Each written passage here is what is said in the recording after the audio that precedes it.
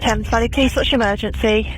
I've got 4 masked men outside my house and they've got weapons. They came round earlier and now they're in my they're at my property in Stamford And Dingley. what weapons have they got? Handheld things, they're all marked. I don't know whether they're coming to break in this house. I don't know whether they're coming, but they're... Yeah, can you please send Someone, are they trying to get into your property? They are going to break into something.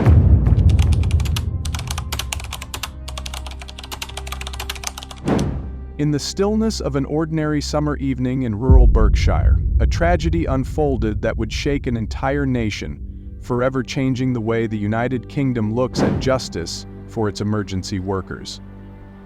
This is the story of Police Constable Andrew Harper, a young officer who had just begun the next chapter of his life, only to have it violently taken away. A man remembered not only for his dedication and service, but for the heartbreaking circumstances of his death and the campaign that followed, ensuring that his sacrifice would never be forgotten. Before we dive into his story, please do me a favor, hit that subscribe button right now. It helps me more than you know, and it keeps stories like this coming to you. Andrew Harper was just 28 years old. He was known by friends, family, and colleagues as a gentle giant, 6'4", broad-shouldered, yet with a calm and caring presence. He had wanted to serve as a police officer for as long as he could remember. Those who knew him said he wasn't in the job for glory or recognition, but for a deep sense of duty. He wanted to protect his community, and he believed in doing what was right. In July of 2019, Andrew married the love of his life, Lissy. Their wedding was a day filled with joy, laughter, and hope for the future. The couple had been childhood sweethearts, and after years together, they were finally beginning married life. They were planning a honeymoon in the Maldives, a dream escape after the stress and busyness of wedding planning. It should have been the beginning of a beautiful new chapter. But fate had other plans. On the evening of August 15th, 2019, just 4 weeks after his wedding, Andrew was on duty with Thames Valley Police. The summer air was warm. Families were winding down their evenings, unaware that a 999 emergency call was about to set into motion a chain of events that would devastate countless lives. The call was about a suspected theft, a stolen quad bike in the village of Sulhamstead. For Andrew, it was just another call. For his wife, waiting for him to come home, it was supposed to be just another shift. But it would become his last. At the same time, 3 teenage boys, Henry Long, 18 years old, Albert Bowers, 17, and Jessie Cole, also 17, were preparing to steal the quad bike.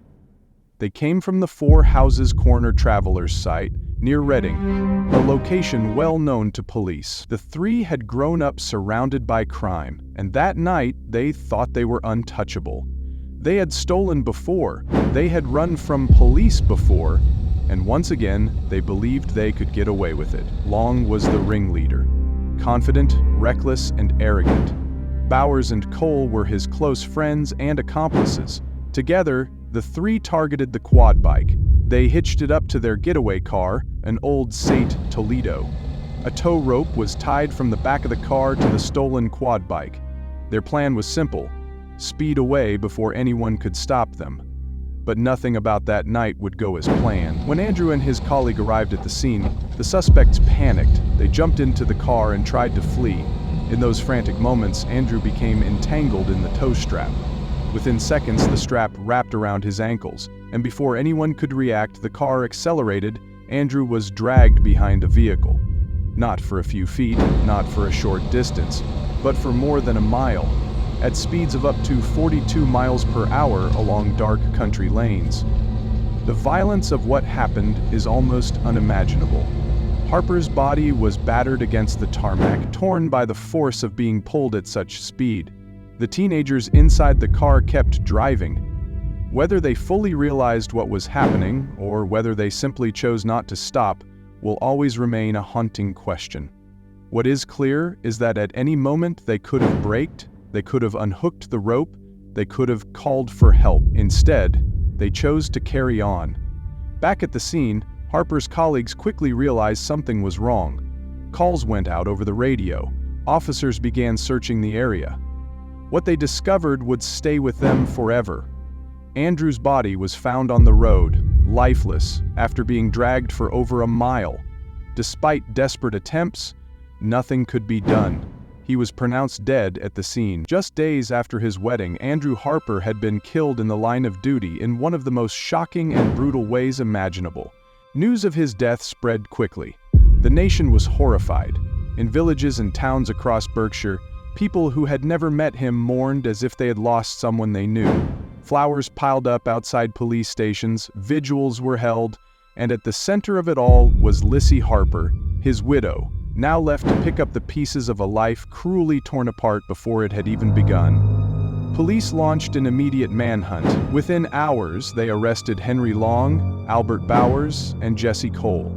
The three showed little remorse. In fact, it soon became clear they had spent the aftermath of the crime attempting to cover their tracks. They had burned clothing, disposed of evidence, and concocted lies to distance themselves from what had happened. But the evidence against them was overwhelming. At the Old Bailey in London, the trial began in 2020. The prosecution laid out the devastating chain of events. They described how Harper became ensnared in the tow strap. They detailed the mile-long trail of blood and damage left on the road. They told the jury about the choices the defendants made, the opportunities they had to stop, and how they instead carried on, dragging a man to his death. The three young men were charged with murder, but the defense argued otherwise. Their lawyers claimed they had not intended to kill Harper, that they hadn't even realized he was trapped for most of the journey. It was, they insisted, a terrible accident. The jury deliberated for days. In the end, they acquitted the three of murder, but convicted all of manslaughter. Henry Long, the driver, received a 16-year sentence. Albert Bowers and Jessie Cole were each sentenced to 13 years. The verdict sparked outrage. Many felt that justice had not been served, that murder was the only fitting charge for what had happened. But under the law as it stood, proving intent to kill was difficult. And so, manslaughter was the final verdict. For Jessie Harper, the grief was unbearable. She had gone from planning her honeymoon to planning a funeral.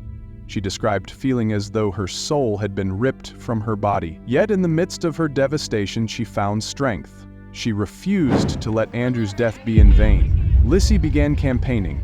She met with politicians, gave interviews, and told anyone who would listen that emergency workers needed greater protection. Her efforts gained traction, the public rallied behind her, and soon her campaign became known as Harper's Law. Harper's Law proposed that anyone convicted of killing an emergency worker while committing a crime should face a mandatory life sentence. It was about ensuring that those who risked their lives to protect the public were not left vulnerable in court.